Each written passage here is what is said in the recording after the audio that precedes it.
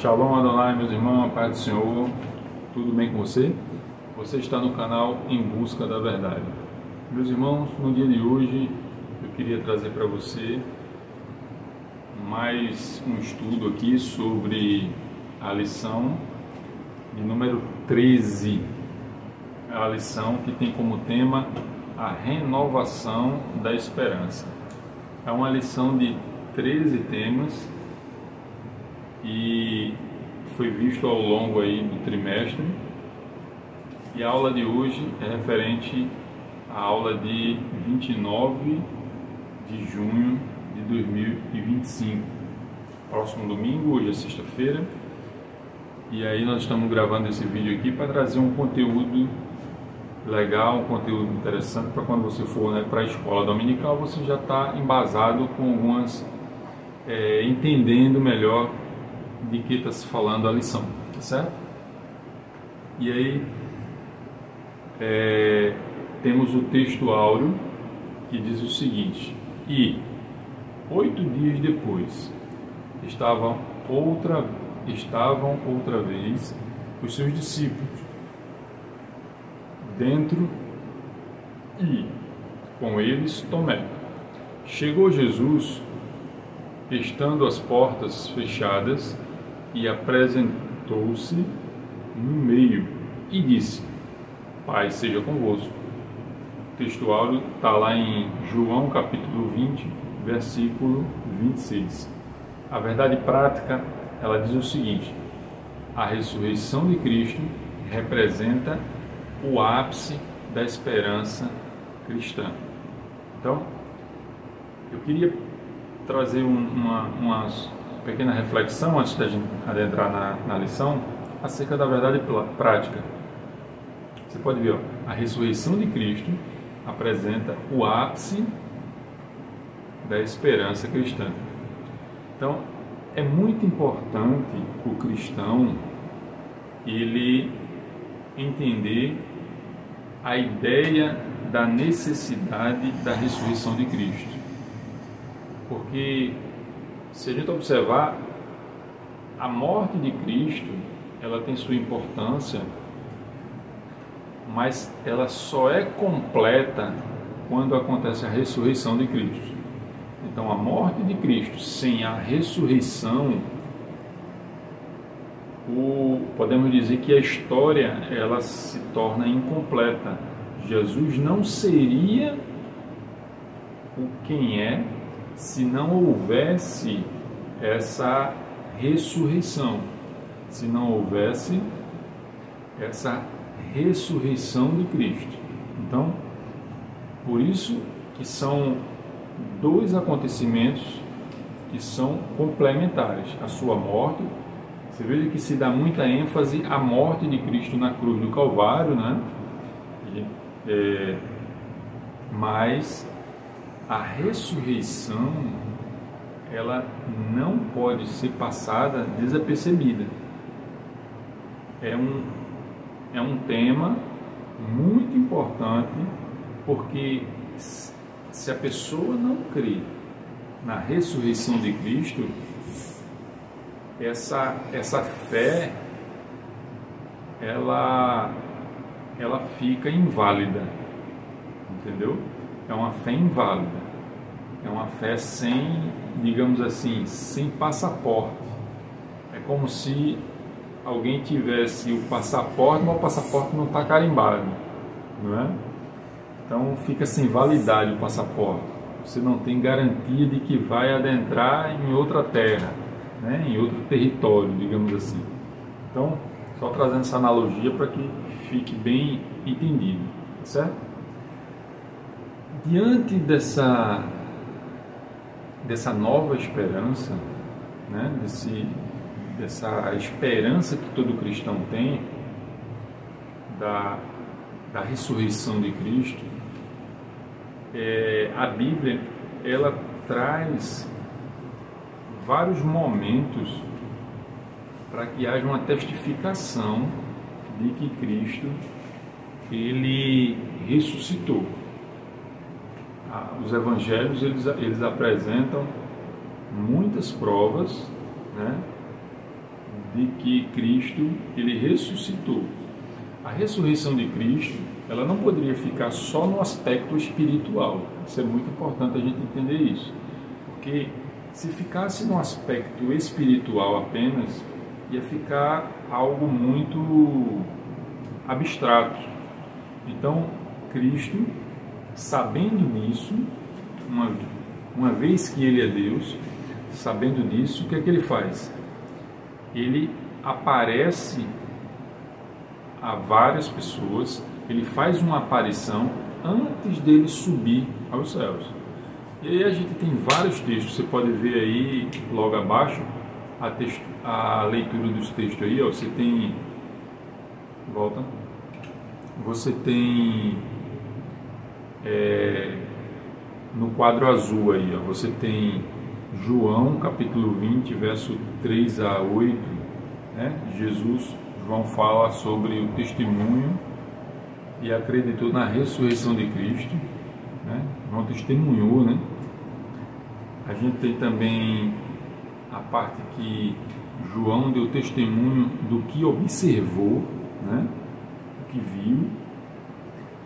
A fé da igreja baseia-se nas palavras de Jesus, e aí você tem vários textos, você tem João capítulo 20, versículo 9, tem Lucas capítulo 24, versículo 46 e 47, a gente tem também João capítulo 20, versículo 11 ao 16, que é Maria Madalena, né, avistou o Cristo ressurreto. A gente tem também 1 Coríntios, capítulo 13, capítulo 15, versículo do 3 ao 8, não é? E a gente tem também 1 Tessalonicenses, capítulo 4, do verso 13 ao 17. Então, a gente tem vários textos que nos mostram a aparição de Cristo. Cristo aparece a duplas, aparece a grupos, então aparece em vários momentos. A Bíblia diz que Jesus apareceu para mais de 500 pessoas, né? Muito mais de 500 pessoas. Então, é um número muito significativo para trazer uma questão comprobatória, né? Para trazer um testemunho de comprovação. Se você observar, é quando a justiça ela tem uma investigação, ela pega 5, 6, 7, 8, 10 pessoas e aí faz uma cariação, faz uma investigação, escuta o depoimento de um, de outro, e dali se tira a conclusão, né? Agora imagina você ter esse mesmo tipo de testemunho, esse mesmo tipo de testemunho de mais de 500 pessoas. Então a veracidade, a probabilidade da veracidade dos fatos ficam com muito maior robustez.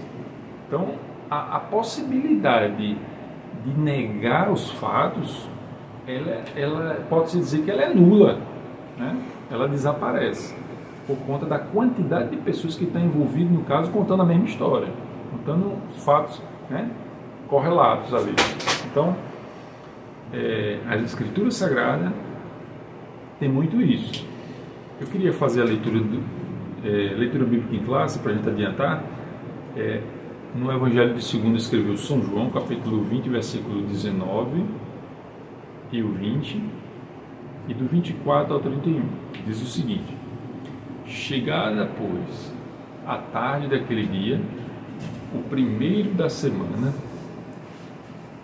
e cerradas as portas onde os discípulos, com medo dos judeus, se tinham ajuntado, chegou Jesus e pôs-se no meio e disse-lhes: Pai seja convosco.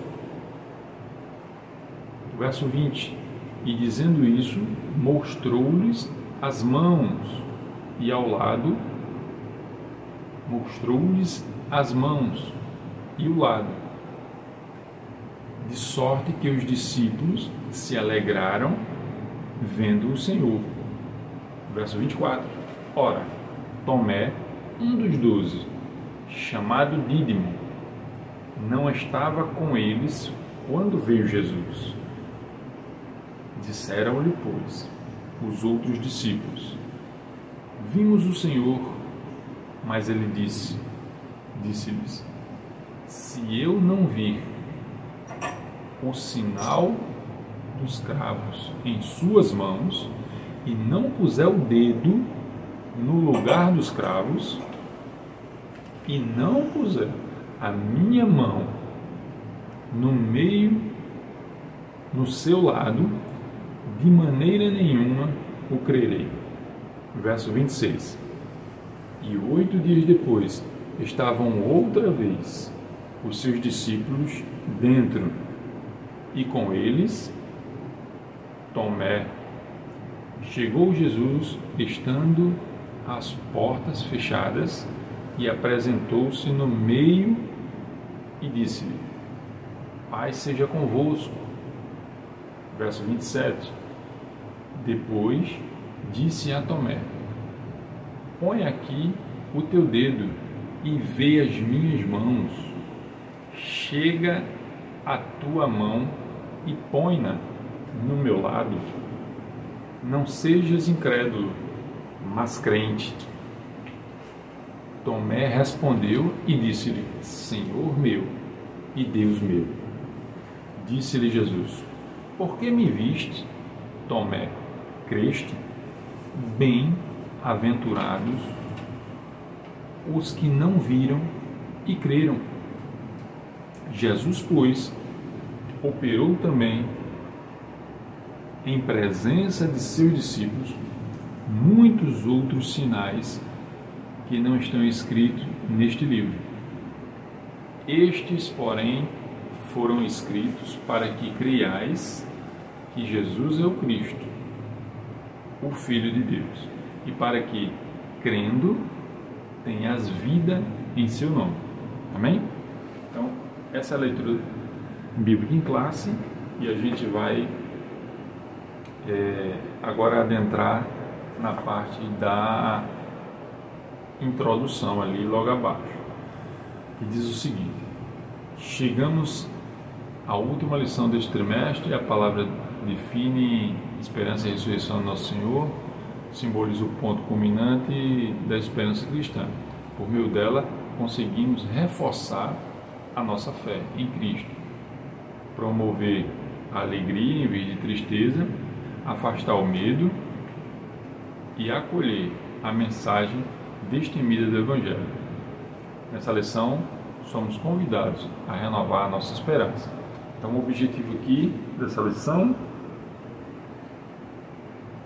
é crer que Jesus Cristo, Ele morreu e ressuscitou, não é? E crendo nisso, isso gera uma renovação em todo aquele que é cristão, certo? O primeiro tópico fala sobre a aparição de Jesus Cristo, que diz o seguinte: Paz seja convosco. E ele diz: na segunda vez que Jesus se revelou aos seus seguidores, tanto homens quanto mulheres, o ambiente era diferente. O sepulcro continuava vazio e os discípulos ainda receosos permaneciam escondidos dos olhares dos transeuntes do lado de fora da casa onde estavam reunidos, com portas e janelas fechadas. Era uma habitação em algum ponto da cidade de Jerusalém. Já não era mais de madrugada, no primeiro dia da semana, mas sim à tarde daquele mesmo dia em que Maria Madalena comunicou aos discípulos que tinha visto e falado com Jesus ressuscitado. No entanto, eles mostravam ceticismo quanto à afirmação de Maria Madalena sobre ter encontrado Jesus vivo. Então veja,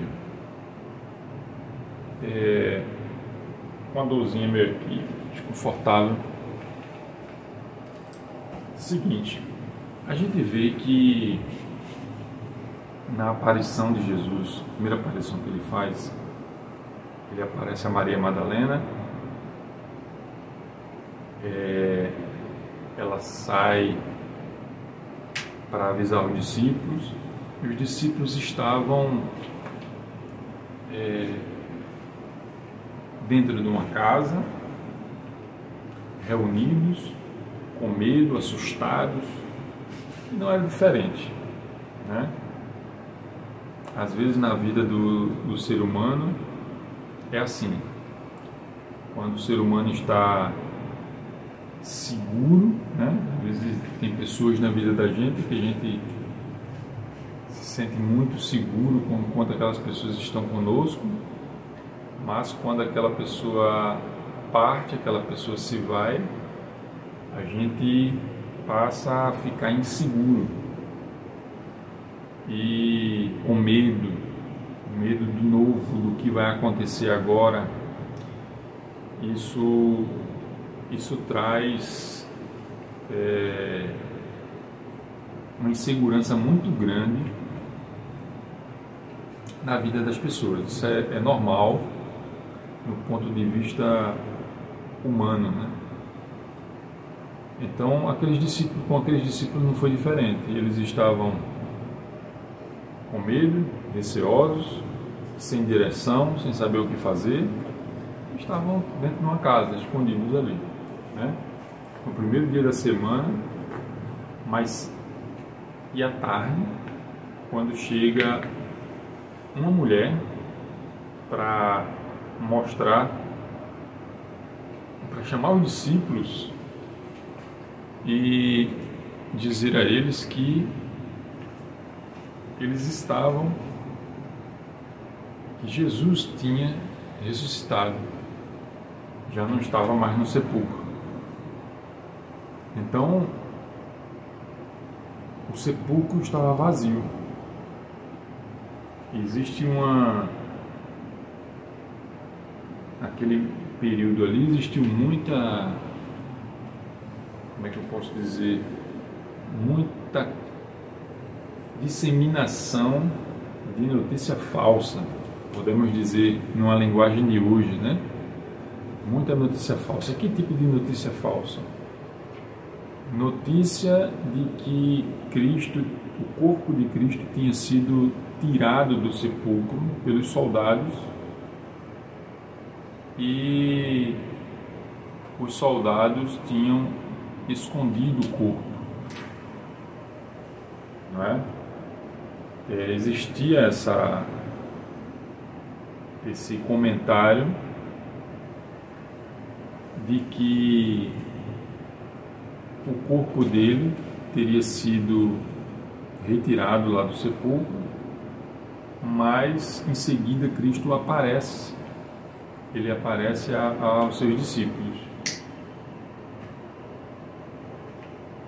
E aí, quando ele aparece, ele traz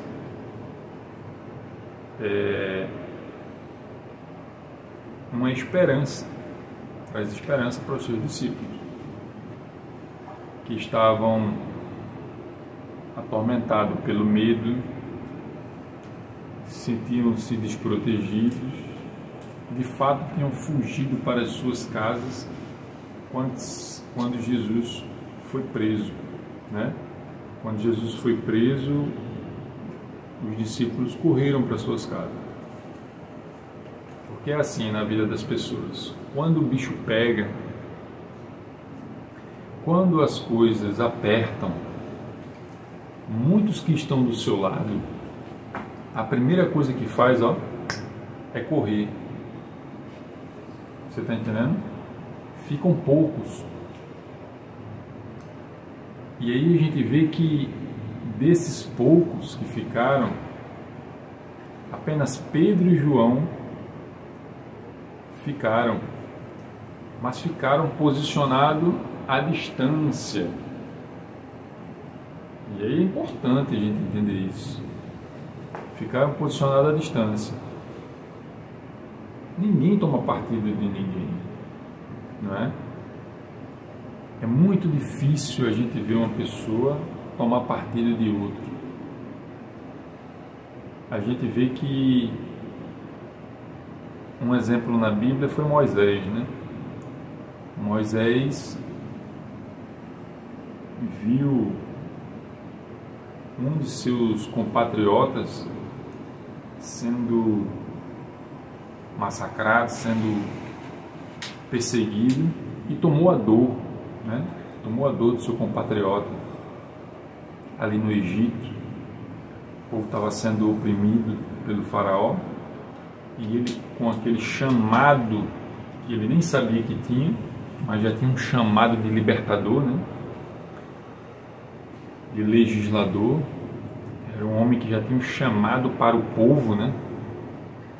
Ele toma as dores e vai num confronto com um egípcio, com 2 egípcios, termina matando um, né?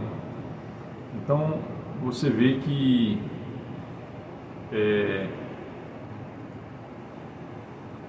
muito difícil alguém tomar dores do outro. Nesse caso específico aqui de Cristo, Pedro ficou, mas ficou de longe. É aquela história que a gente sabe, né? Que antes que o galo cante, 3 vezes me negarás, né? Então, ele ficou de longe, e quando houve a possibilidade dele assumir, ele negou, né? Acusaram ele de que ele estava com Cristo e tudo. A gente conhece aquela história.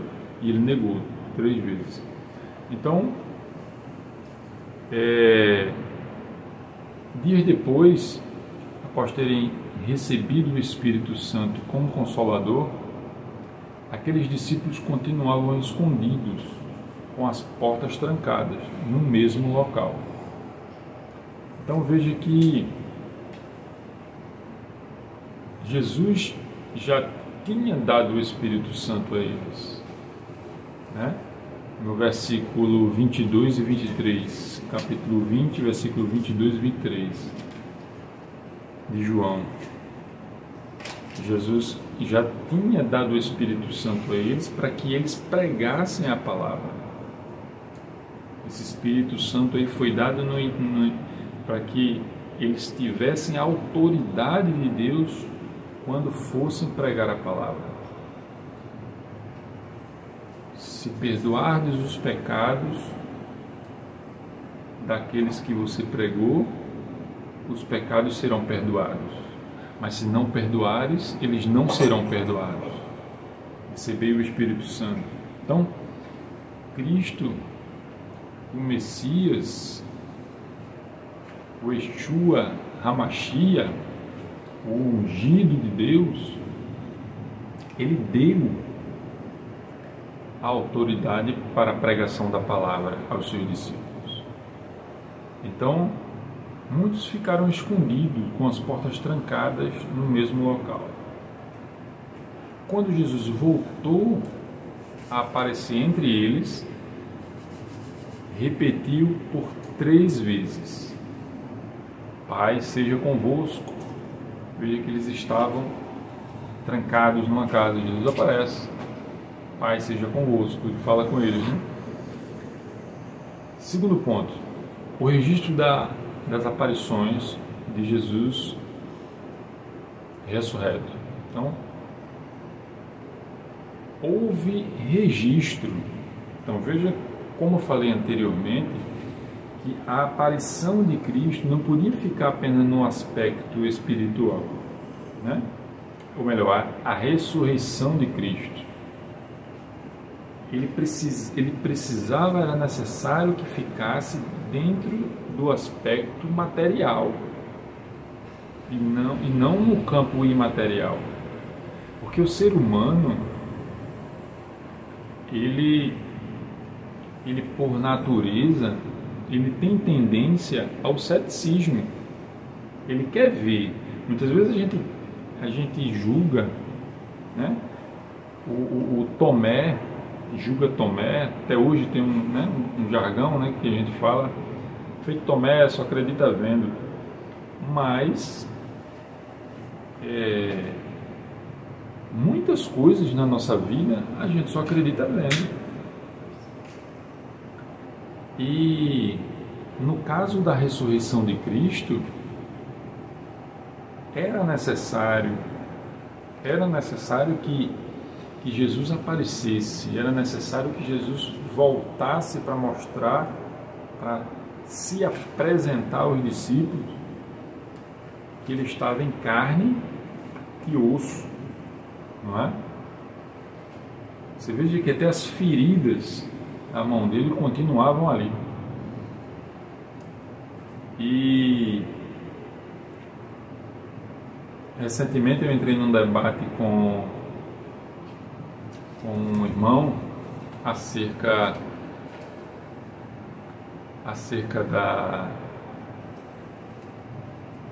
da materialidade de Cristo, da matéria de Cristo, né?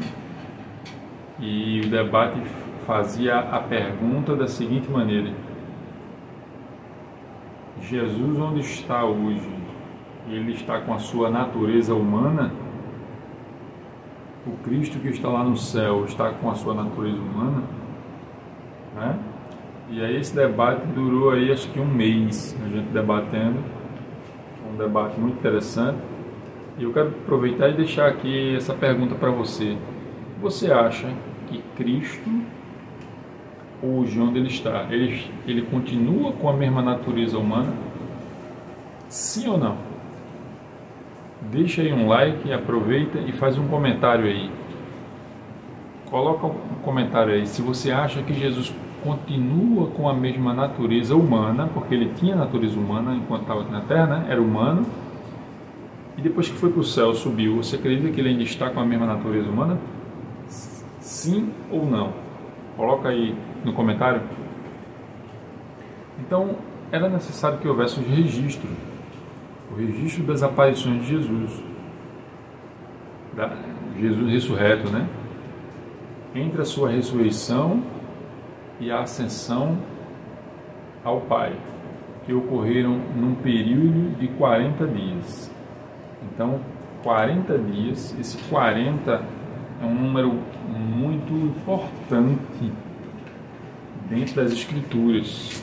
Poderia até trazer depois um estudo falando sobre, trazendo algumas referências com relação a esse número 40, um número escatológico, inclusive. Um número escatológico, esse número 40. Então, veja, passou 40 dias, Jesus apareceu aos seus discípulos em pelo menos 10 ocasiões. As suas aparições começaram com, primeiro, Maria Madalena. 2. Seguiram-se as mulheres que retornaram da sepultura para anunciar aos discípulos que o túmulo estava vazio, né, quando elas vai correndo. 3. Depois foi a vez de Pedro. 4. Ainda os discípulos que estavam no caminho de Emaús ao anoitecer. Jesus também se revelou aos discípulos reunidos numa casa em Jerusalém, quando Tomé não estava presente, né? Nesta ocasião Tomé não estava presente. Posteriormente, na presença de Tomé, logo em seguida, teve uma aparição na presença de Tomé, que foi para que o Tomé ele acreditasse agora, né? Ali aquela cena em que Tomé toca em sua mão e sente ali que ali são as feridas que Cristo sofreu lá na cruz do Calvário, tá certo? Então ele teve essas aparições, estão registradas nas Escrituras, tá certo? Para a gente fechar esse segundo ponto aqui do primeiro tópico. Para gente fechar o primeiro tópico aqui, vamos falar no terceiro ponto. Preciosas lições. Tira algumas lições importantes aqui desse primeiro ponto. A primeira lição a reter é que a ressurreição de Cristo representa o ponto culminante da fé cristã. Então é aquilo que eu falei anteriormente, logo no início. Existe uma necessidade muito grande para se ter uma fé patente. Existe uma necessidade de crer na ressurreição de Cristo, tá certo? Isso é primordial. Isso faz parte da profissão de fé de um cristão. Isso tem que fazer parte.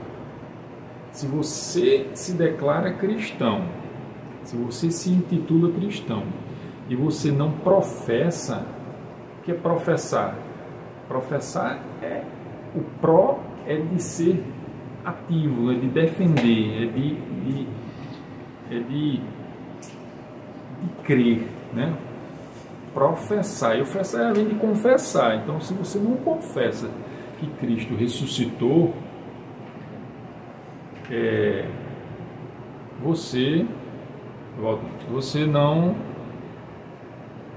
você tá com um problema para resolver na sua fé, tá certo? Eu falei isso lá atrás. Então, esse é o primeiro ponto, tá certo? O segundo ponto, o primeiro é esse: a ressurreição de Cristo representa o ponto culminante da fé cristã. Paulo dirigiu-se aos Coríntios afirmando que se Cristo não ressuscitou, logo é vã nossa pregação e também é vã nossa fé. A segunda lição agora revela que a ressurreição é um fato inquestionável que fortalece a certeza e a alegria de saber que Ele está vivo. Então, a certeza que nós temos que Cristo ressuscitou, essa certeza, ela deve fortalecer, né? É um fato inquestionável, não tem que questionar nesse caso, devido a tantas provas, já falamos anteriormente, existentes, que é um fato inquestionável. E isso vai provocar uma alegria, né, de saber que Ele está vivo. A terceira lição diz respeito à renovação da esperança e à promessa da ressurreição dos mortos em Cristo. Então, o fato de saber que Ele ressuscitou e todo aquele que está nele está agora na condição de ressuscitar dos mortos também para a glória, para a vida eterna, isso gera uma esperança. Então, apontando lá para o título da lição de hoje, né? Então, você vê que as coisas estão totalmente aglutinadas, as coisas estão totalmente entrelaçadas, estão linkadas, né? Morte e ressurreição tem que ter link entre um e outro, elas estão entrelaçadas, tá bom? Glória a Deus. Chegamos ao final do primeiro ponto, do primeiro tópico. Logo em seguida, vou passar a vinheta aí, e logo em seguida a gente vai